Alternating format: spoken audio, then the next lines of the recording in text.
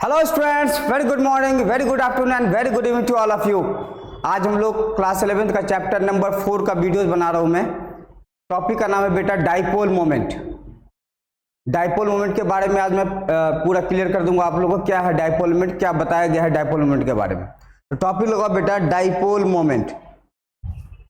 Chapter number 4 है chemical bonding का, topic का नाम है डाइपोल मोमेंट। क्या बोला गया है डाइपोल मोमेंट में?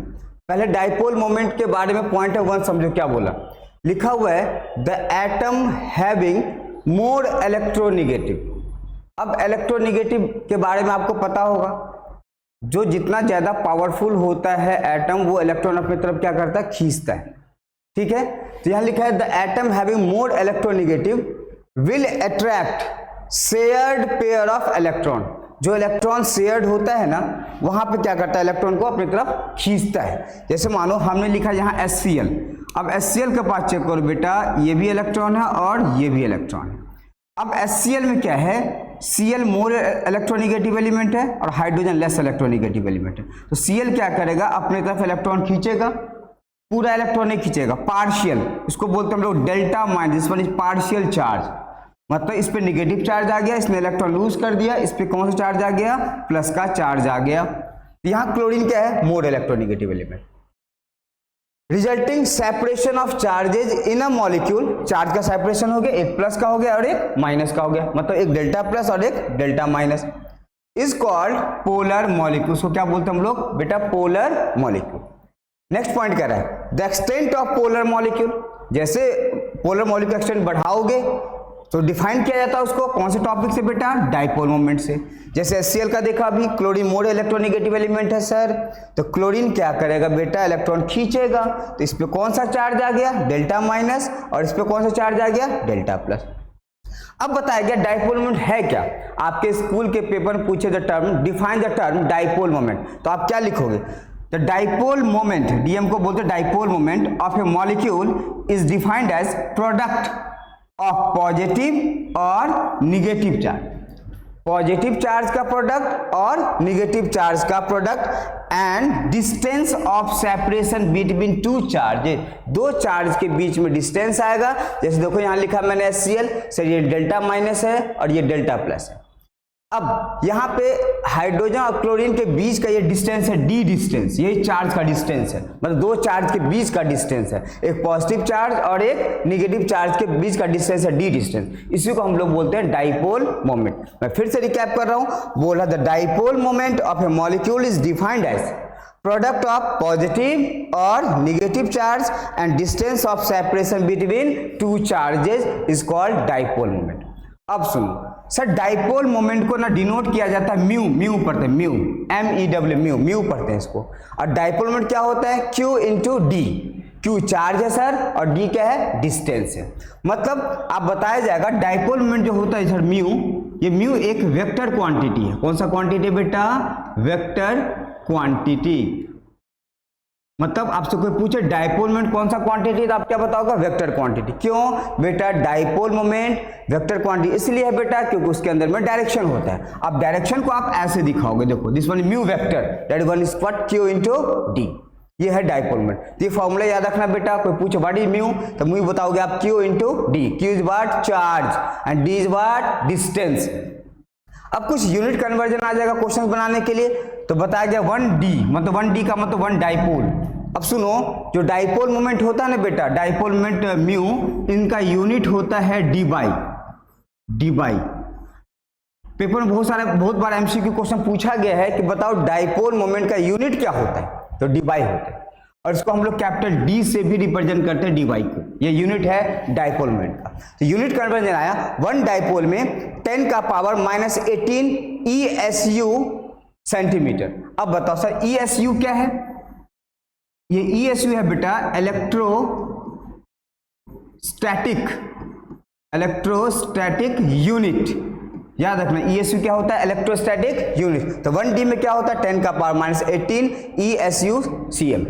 दूसरा, 1 डाइपोल को आप चेंज करोगे, कुलम में लेके आते हैं, जो चार्ज है ना, चार्ज तो कुलम में होता है, 3.33 इंटू 10 का पावर -13, इसको पढ़ेंगे कुलम मीटर, कुलम मीटर। ना कि आप सेंटीमीटर पढ़ लेना, क्योंकि चार्ज है, चार्ज कूलम में होता है, यानी बोलेंगे कूलम मीटर। अब बताए कि 1 इलेक्ट्रॉन का जो चार्ज होता है बेटा वो होता है 1.6 इंटू 10 का पावर माइनस 19 कूलम 1 इलेक्ट्रॉन का।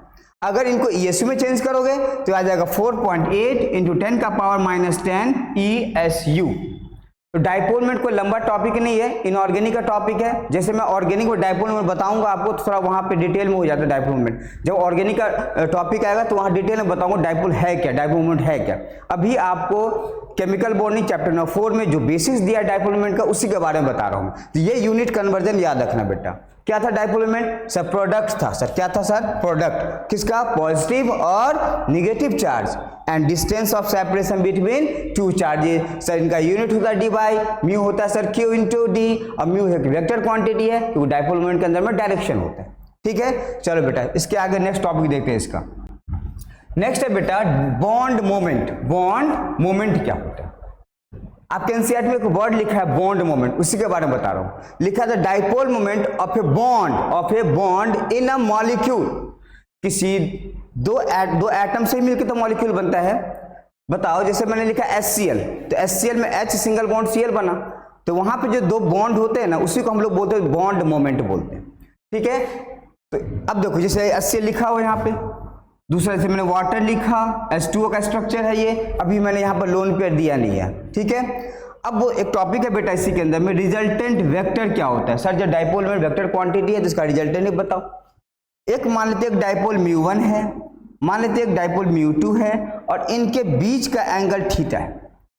तो बताया गया म्यू रिजल्टेंट का formula under root μ1 square plus μ2 square plus 2 μ1 μ2 cos theta. जैसे रिजल्टेंट को बढ़ाओगे तो cos थीटा भी बेटा क्या होगा? बढ़ जाएगा। ध्यान रखना चीज को, रिजल्टेंट बढ़ेगा तो cos थीटा भी क्या होगा? बढ़ेगा। तो ये डाइपोल मोमेंट का रिजल्टेंट का फॉर्मूला है, इनको भी याद रखना बेटा, हो सकता है पूछ दे पेपर में। μ1 square plus μ2 square plus 2 μ1 μ2 cos theta. दो रिजल्टेंट कैसे निकाले? एक μ1 वेक्टर लिया और दूसरा μ2 वेक्टर लिया, इनके बीच का एंगल क्या है? Theta angle. अब इसमें बताया गया बेटा केस नंबर 1, ये सबसे ज्यादा इंपॉर्टेंट है आपके स्कूल के पेपर के लिए, सबसे ज्यादा इंपॉर्टेंट टॉपिक है ये। केस 1 लिखा है if dipole moment equals to 0। अगर डाइपोल मोमेंट क्या हो? 0 हो जाए तो याद रखना मॉलिक्यूल्स कैसा होगा? Non polar molecules. और जो मॉलिक्यूल नॉन पोलर होगा वो क्या होगा? सिमेट्रिकल होगा। अगर डाइपोल मोमेंट 0 नहीं आ रहा है, मतलब कुछ ना कुछ वैल्यू आ जाएगा, 1, 1.2, 3.2, 4.1, 5. कुछ भी वैल्यू आ जाएगा, तो वहां पे उस मॉलिक्यूल्स को बोलते हैं हम लोग पोलर मॉलिक्यूल्स, और वो मॉलिक्यूल्स होता है अनसिमेट्रिकल। बहुत ज्यादा इंपॉर्टेंट केस है। अगर dipole moment not equals to 0 आए तो आप बोलना मॉलिक्यूल कैसा है सर? Non polar. और मॉलिक्यूल कैसा होगा? सिमेट्रिकल।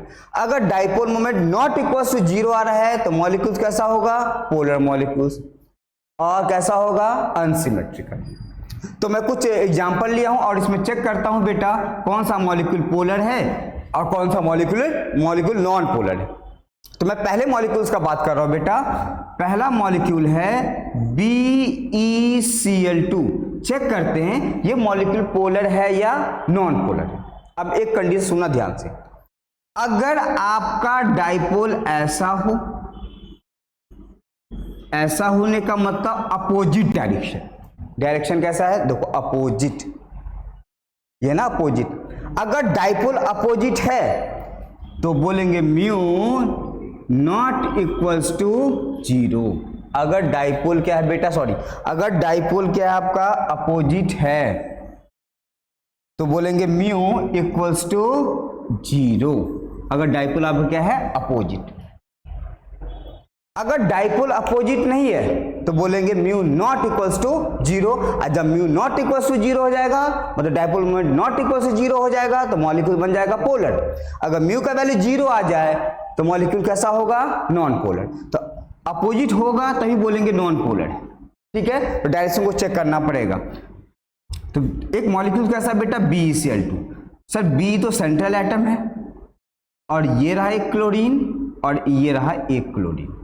अब बताओ, अभी आपको मैंने बताया था डाइपोल मोमेंट हम लोग चेक करेंगे, जो मोड इलेक्ट्रोनेगेटिव एलिमेंट होगा ना वही तो शेयर करेगा। तो क्लोरीन और बेरिलियम में मोर इलेक्ट्रोनेगेटिव, क्लोरीन है तो इनका डायपोल इधर की तरफ होगा और यहाँ पे एक लाइन देंगे, ये डायरेक्शन दिखाएगा डायपोल का। अब यहाँ भी क्लोरीन मोर इलेक्ट्रोनेगेटिव है, ये डायपोल मूवमेंट है इनका। अब बताओ सर ये भी अपोजिट और ये भी क्या हो गया अपोजिट। सर जब अपोजिट हो गया तभी बताया आपने म्यू का वैल्यू क्या हो जाएगा 0। जब म्यू का वैल्यू 0 हो जाएगा तो मॉलिक्यूल्स कैसा हो जाएगा नॉन पोलर, इसलिए BeCl2 मॉलिक्यूल्स कैसा है बेटा नॉन पोलर, मतलब मॉलिक्यूल्स कैसा है सिमेट्रिकल है। ये BeCl2 का बात की, ठीक है। नेक्स्ट मॉलिक्यूल्स का बात कर रहा हूं बेटा, मॉलिक्यूल्स H2O, SO2 का, XeF2 का। चेक करते हैं ये तीनों मॉलिक्यूल्स पोलर है या नॉन पोलर है।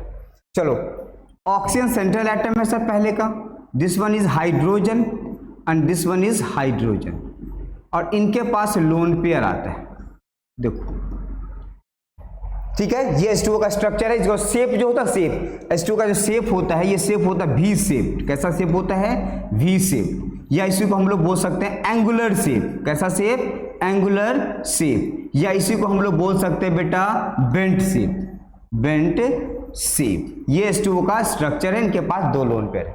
अब हमें इनको चेक करना है मॉलिक्यूल्स पोलर है या नॉन पोलर। यहाँ ऑक्सीजन है और यहाँ पे हाइड्रोजन है, ठीक है बेटा। एक ऑक्सीजन है और एक क्या है हाइड्रोजन। ऑक्सीजन मोर इलेक्ट्रोनेगेटिव, इसका डायपोल इधर की तरफ गया, ये मोर इलेक्ट्रोनेगेटिव, इसका डायपोल इधर की तरफ गया, देखो ध्यान से, ठीक है। अब बताओ सर ऑक्सीजन के पास, अब सो जहां लोन पेयर होगा ना बेटा, जिस डायरेक्शन में लोन पेयर होगा डायपोल उधर की तरफ। सर इसका डायपोल इधर की तरफ, इसका डायपोल इधर की तरफ। बताओ क्या सबका सब अपोजिट है क्या? नहीं है बिल्कुल। जब अपोजिट ही नहीं है सर, इसका मॉलिक्यूल, इसका मतलब ये जो वाटर है ये आपको एक पोलर मॉलिक्यूल्स है। कैसा मॉलिक्यूल्स है? Polar molecules. और ये अपने आप में अनसिमेट्रिकल भी होता है, अनसिमेट्रिकल हो गया, मतलब म्यू का वैल्यू नॉट इक्वल्स टू 0, कुछ ना कुछ वैल्यू आएगा वाटर का, ये एक्सपेरिमेंटली देखा गया, ठीक है।